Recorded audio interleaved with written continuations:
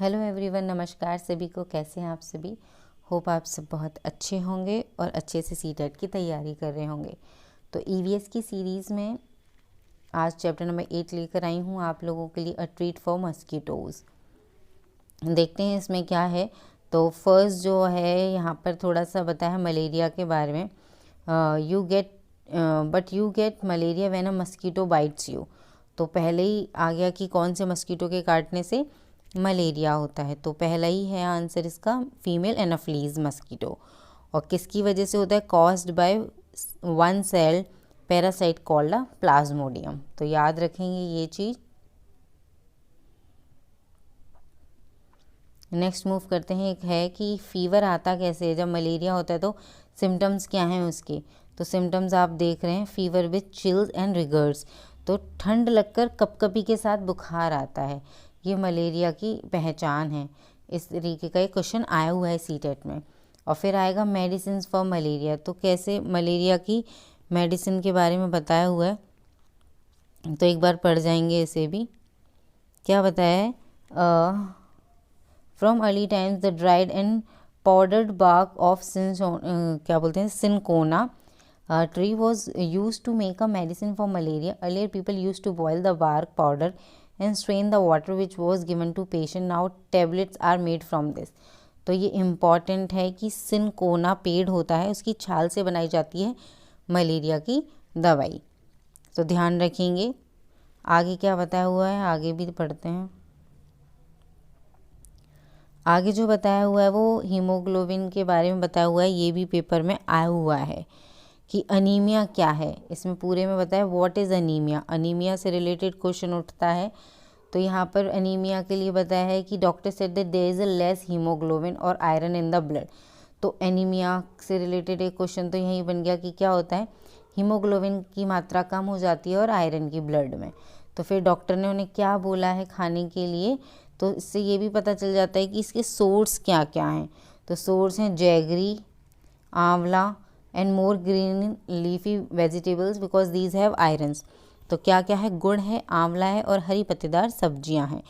तो जब भी क्वेश्चन आता है कि अनीमिया में क्या खाने के लिए बोला जाता है, क्वेश्चन आया हुआ है, तो उसमें जैगरी, आंवला, मोर ग्रीन लीफी वेजिटेबल्स। तो इसके बारे में और फिर थोड़ा सा डिटेल दिया है कि एनीमिया कितना कॉमन है दिल्ली के स्कूल्स में। ये 17 नवंबर 2007 को एक रिपोर्ट आई थी। तो उसके बाद से इतने ज़्यादा अनीमिया मिला, अनीमिया की प्रॉब्लम मिली स्टूडेंट्स में। तो टैबलेट्स भी अब टैबलेट्स भी बांटी जाने लग गई हैं बच्चों को। तो एक और था कि जो अनीमिया हो जाता है तो क्या होता है, अनीमिया होने की वजह से क्या होता है, फिज़िकल एंड मेंटल हेल्थ दोनों ही बहुत ज़्यादा अफेक्ट होती हैं। इससे ज़्यादा बहुत ज़्यादा affecting both their physicals as well as mental health. तो अफेक्ट करता है बहुत ज़्यादा फिज़िकल और मेंटल हेल्थ को। तो यहाँ पर ये दिखा रखा है कि कैसे एनीमिया है। नॉर्मल रेंज कितनी है? 12 to 16 GM और है कितना यहाँ 8, इसका 10.5, तो दोनों का कम है। नेक्स्ट मूव करते हैं।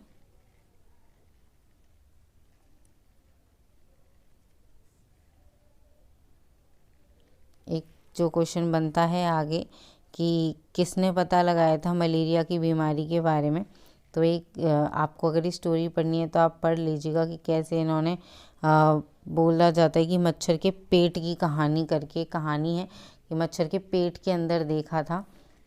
इंटरेस्टिंग है, आप कहानी पढ़ सकते हैं, बट जो इम्पोर्टेंट है वो मैं आपको बता देती हूँ कि 1902 में रोनाल्ड रोज हैं, इनको हाईएस्ट अवार्ड मिला था for his discovery. Nobel prize मिला था मेडिसिन में। क्यों? क्योंकि इन्होंने क्या बताया था, इन्होंने ही फाइंड आउट किया था कि किस तरीके से मच्छर के पेट में झांक कर इन्हें पता लगाया था कि कैसे ये मलेरिया की बीमारी फैलती है। वरना पहले लोग इसे गलत हवा की वजह से फैलती हुई बीमारी बताते थे। उसके बाद इन्होंने ही बताया कि किस तरीके से मलेरिया फैलता है, एनाफिलीज मच्छर की द्वारा फैलता है, प्लाज्मोडियम इसका कारण होते हैं। तो यही इन्होंने ही बताया था। तो इसके लिए इन्हें बहुत बड़ा प्राइज़ मिला था, नोबेल प्राइज़ 1902 में। तो इस चैप्टर में यही इम्पॉर्टेंट है। जैसे कि एक रोनाल्ड रॉस का नाम याद रखना है आपको, 1902 में उन्हें मेडिसिन में नोबेल प्राइज़ मिला था। किसके लिए मिला था? क्योंकि उन्होंने ही खोज की थी कि एनाफिलीज मच्छर के ही द्वारा ये फैला जाता है। अदरवाइज़ पहले लोगों को लगता था कि बैड एयर की वजह से फैलता है। तो और कुछ बताया था एनाफिलीज मच्छर, बस ये कुछ चीज़ें इंपॉर्टेंट हैं। हीमोग्लोबिन की कमी और बताया, एनीमिया बताया। नेक्स्ट चैप्टर की ओर मूव करते हैं। तो इस चैप्टर का नाम है अप यू गो। तो इसमें एक माउंटेनियरिंग कैंप की बात करी गई है। तो इसमें एक्सपीरियंस शेयर करे हैं अपने कैंप से रिलेटेड। तो जो इसमें इम्पॉर्टेंट है वो एक आता है कि लीडर की रिस्पॉन्सिबिलिटीज़ क्या होती हैं। तो इसमें पढ़ जाएंगे कि help others in carrying their bags, दूसरों की मदद करे सामान उठाने में। Let the group go ahead and keep to the last, पूरे ग्रुप को आगे बढ़ने दे, आगे रहने दे। और help those who can't climb properly, तो उनकी हेल्प करे जो क्लाइम नहीं, जो चढ़ नहीं पा रहे। Find a good place to stop and rest, एक अच्छी जगह रुकना और एक अच्छा प्लेस ढूंढना। Look after those who are not well, उन लोगों को देखना जो बीमार हैं। Arrange the food for the group, सबके लिए खाना अरेंज करना। The most important thing is to be ready to be punished even when someone else may have made a mistake, किसी और ने मिस्टेक की हो तो भी उसकी जगह अपने खुद अपने आप को मतलब पनिशमेंट के लिए तैयार रखने वाला इंसान। ये होती हैं सारी अच्छी अच्छी गुड क्वालिटीज़। तो ये गुड क्वालिटीज़ आती हैं AVS के पेपर में। तो इसमें एक ये इम्पॉर्टेंट है और एक इम्पॉर्टेंट, सबसे ज़्यादा इम्पॉर्टेंट चीज़ है जो बताया हुआ है, yes this one, Bachendri Pal हैं ये, उनके बारे में पूरी स्टोरी बताई हुई है। तो एक बार वो पढ़ते हैं। इसमें से ज़रूरी पेपर में आ जाता है। तो सबसे ज़्यादा इम्पॉर्टेंट जो है वो पढ़ लेते हैं कि ये कहाँ, इनका जन्म कहाँ है। Bachendri grew up at Nakuri village, ठीक है, ये एक विलेज है in the Garhwal area of Uttarakhand. तो ये जगह है इनकी जहाँ पर ये रही हैं। When she Guru older she join Nehru institute of mountaineering. तो बड़े होकर नेहरू इंस्टीट्यूट ऑफ माउंटेनियरिंग पर उन्होंने पूरी जो भी उनकी ट्रेनिंग थी वो हुई है। उसके बाद हर गाइड वॉज ब्रिगेडियर ज्ञान Singh. Bachendri did very well in her training. She started to train women in mountaineering course. In 1984, the Bachendri was selected as a team member to climb the Mount Everest. 1984 में इनको select किया गया था Everest पर चढ़ने के लिए। तो एक इम्पॉर्टेंट चीज़ क्या हो गई है कि कहाँ रहती हैं, वो हो गया नाकुरी गांव में रहती हैं, जो कि कहाँ है, गढ़वाल, ठीक है। तो वहाँ के बारे में बताया, नाकुरी गांव और गढ़वाल। ध्यान रखेंगे कि उत्तराखंड के गढ़वाल के नाकौरी विलेज में रहती हैं। ब्रिगेडियर ज्ञान सिंह इनके गाइड थे और 1984 में बछेंद्री सेलेक्ट हुई थी as a member of climb the Mount Everest. Next जो है इम्पॉर्टेंट क्या है कि 23 मई 1984 में, यहाँ लिखा हुआ है 23 मई, ठीक है, 23 मई को क्या हुआ था 1984 में 1:07 पर क्या हुआ था, 8900 मीटर हाई माउंट एवरेस्ट ये चढ़ गई थी, जिसे नेपाल में बोलते हैं सागर माथा नाम। तो याद रखेंगे, कुछ इम्पॉर्टेंट चीज़ है ये, एक बार और दिख जाते हैं।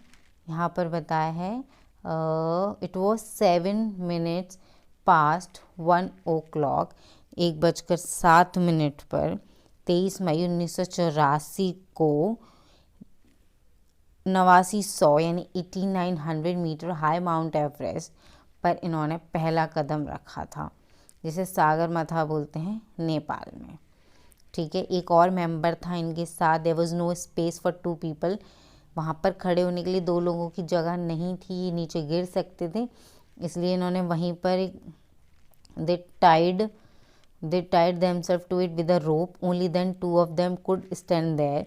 She was shivering with cold but filled with the warmth of achievement.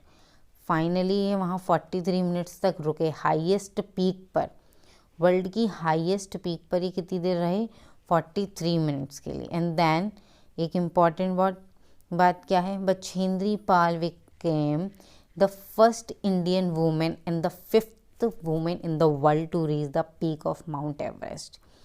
मतलब ये फर्स्ट इंडियन वुमेन बनी जो माउंट एवरेस्ट पे चढ़ी और 5th वुमेन बनी वर्ल्ड की। तो ये इम्पॉर्टेंट है सबसे ज़्यादा। अगर कभी पूछ लेता है टीचर्स के रिगार्डिंग कि टीचर्स बच्चों को कैसे बता सकते हैं, पेडागोजी में आ सकता है, तो किस तरीके से बता सकते हैं, फोटोग्राफ्स के थ्रू बता सकते हैं, चीज़ें दिखा सकते हैं।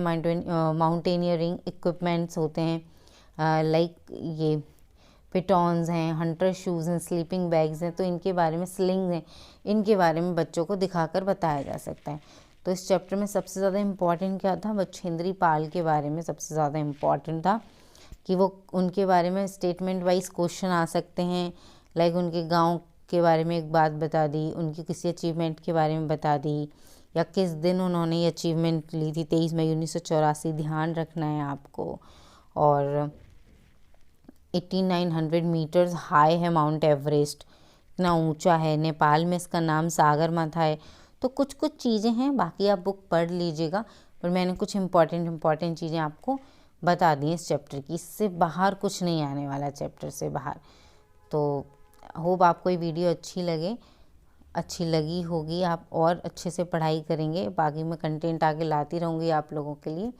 तब तक के लिए आप अच्छे से पढ़िए और सब्सक्राइब माय चैनल अगर आपने अब तक नहीं सब्सक्राइब किया है, for more notification regarding jobs and regarding CTET, तो please subscribe my channel and bell icon को प्रेस करना ना भूलें। और please give me a thumbs up. Bye bye, take care.